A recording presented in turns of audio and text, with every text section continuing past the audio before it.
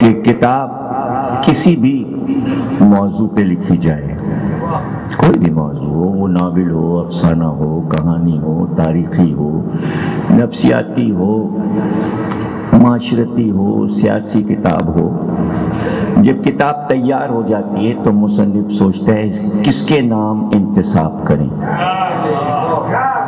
اور وہ ایک بڑی خاص بات ہوتی ہے، بہت ہی خاص بات ہوتی ہے، اس لیے کہ وہ انتساب جو ہے وہ مصنف کے عقل کا امتحان ہوتا ہے، اس کی ذہانت کا پتہ چلتا ہے۔ مثلا اردو ادب میں جو ناولیں لکھی گئیں تو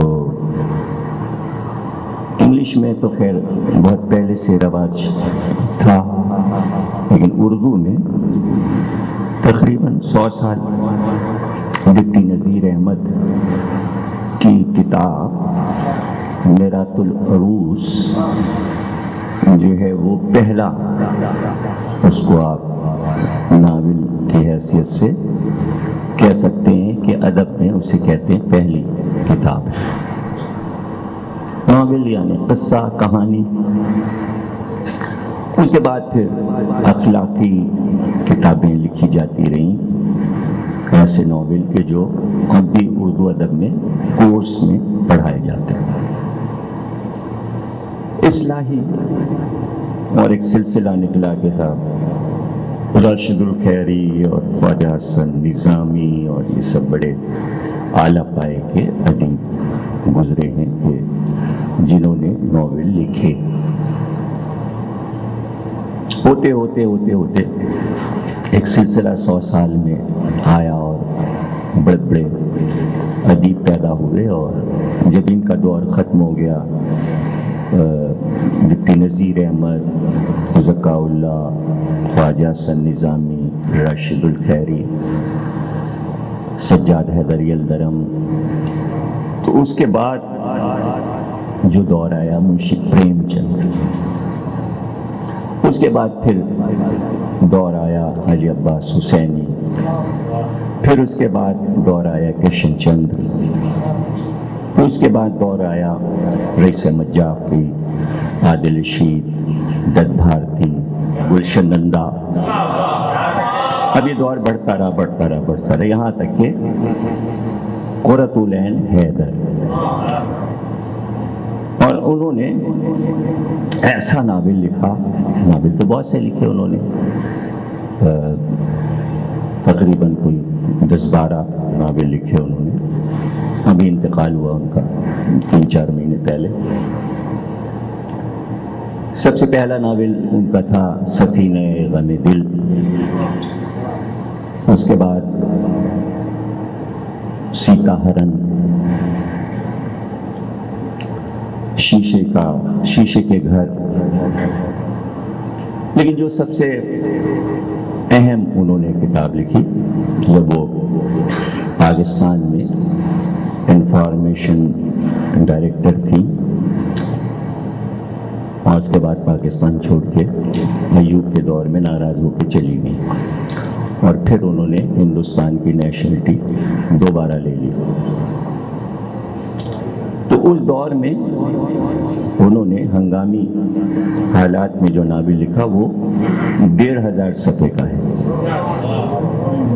1500 صفحے کا، اس کا نام ہے آگ کا دریا۔ اور جب وہ ناول چھپا تو پورے ورلڈ میں، دنیا کی ہر زبان میں اس کا ترجمہ ہوا، اور نکل آئی یہ بات تو وہ جانے دیجئے، رخ بدل بھی سکتا ہے، لیکن اب چونکہ موڈ آ گیا تو کہاں موقع ملتا ہے ایسی باتوں پہ بولنے کا، آپ پر اعتماد ہے تو بول لیتے ہیں۔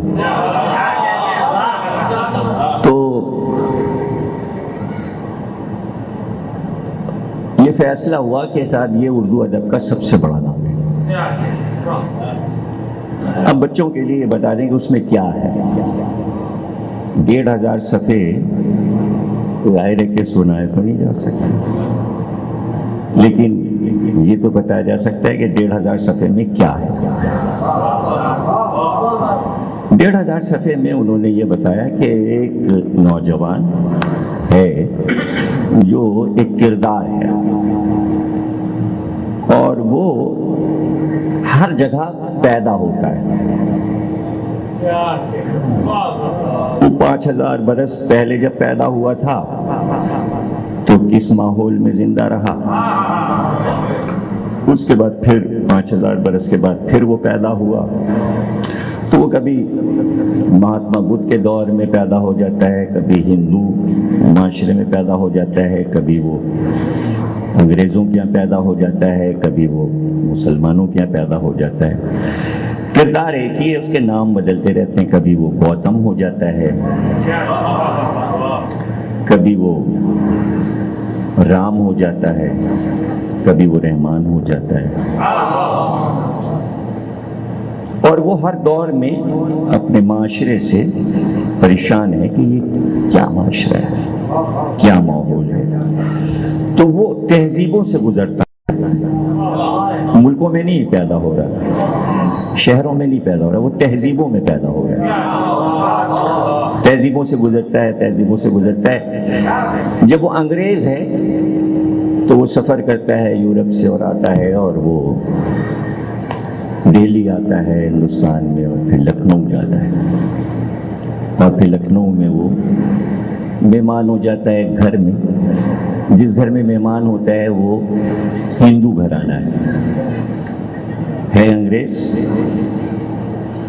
ٹھہرتا ہے ہندو گھرانے میں، کچھ دن رہتا ہے لکھنؤ میں، اور اس کے بعد وہ واپس اپنے گھر جا رہا ہے، تو سب اداس ہو جاتے ہیں، بہت اداس ہو جاتے ہیں اس کو رخصت کرتے ہوئے، حالانکہ وہ انگریز ہے، لیکن چونکہ بہت ہی شریف اور اچھا تہذیبی ہے تو گھر والے بھی اس سے مانوس ہو گئے تھے، تو وہ اسے رخصت کرتے ہوئے بڑے اداس ہیں، اپنی آنکھ میں آنسو ہیں۔ آخر میں وہ دروازے تک پہنچا تو ایک بچی کھڑی ہوئی تھی جس سے وہ بہت مانوس ہو گیا تھا، اس کا نام چمپا تھا۔ تو جب وہ اسے رخصت کرنے لگی تو اس کی آنکھ میں آنسو گرنے لگے، اور اس نے کہا جا رہے ہو؟ کہاں جا رہے ہو؟ کہا اچھا جاؤ، بھگوان تمہیں کوئی غم نہ دے سوا غم حسین کے۔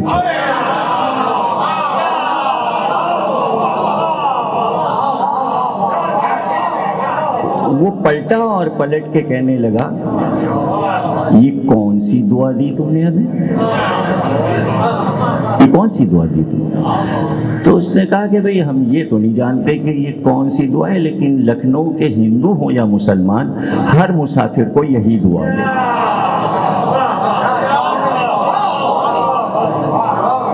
ہر مسافر کو۔ پھر اس کے بعد وہ بیچارہ پاکستان میں پیدا ہوتا ہے،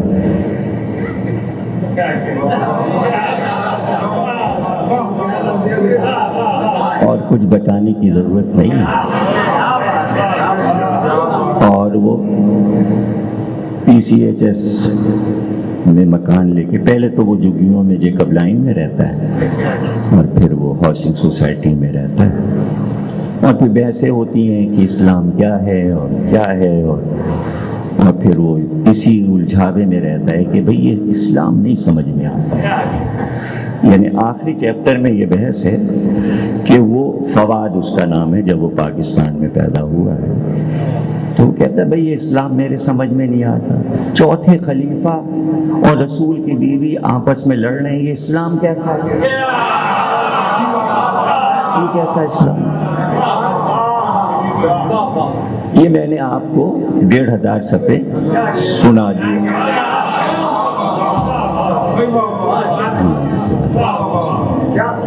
یہ ہے اس میں بڑے ایوارڈ ملے نوبل کو، لیکن بات یہ ہے کہ پہلے صفحے پر اس کا انہوں نے انتساب کیا، دنیا کی سب سے بڑی کتاب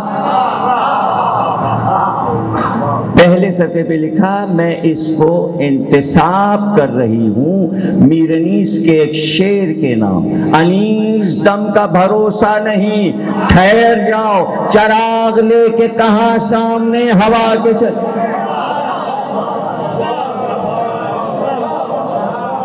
اس پورے شعر پر یہ 1500 صفحے لکھے گئے، اسے کہتے ہیں انتساب، اسے کہتے ہیں انتساب۔ اس شعر میں کیا چھپا ہے؟ دم، دم یعنی ہوا اور ہوس، فضائیں اور آندھیاں، دم، دم کا بھروسہ نہیں، کسی وقت بھی یہ تیز آندھی اس چراغ کو بجھا دے گی۔ اتنی تیز آندھیوں میں چراغ کو لے کے کہاں جا رہے ہو؟ ٹھہرو۔ لیکن وہ ٹھہر کہاں رہے ہیں؟ ٹھہرتے تو شعر کیوں کہتے ہیں؟ یعنی آندھیوں میں چراغ لے کے آ گئے تو آئیڈیا انیس نے کہاں سے لیا؟ رسولین نے آئیڈیا انیس سے لیا، انیس نے آئیڈیا کہاں سے لیا؟ یہ ابو طالب تھے، کفر کی آندھیوں میں محمد کا چراغ جلا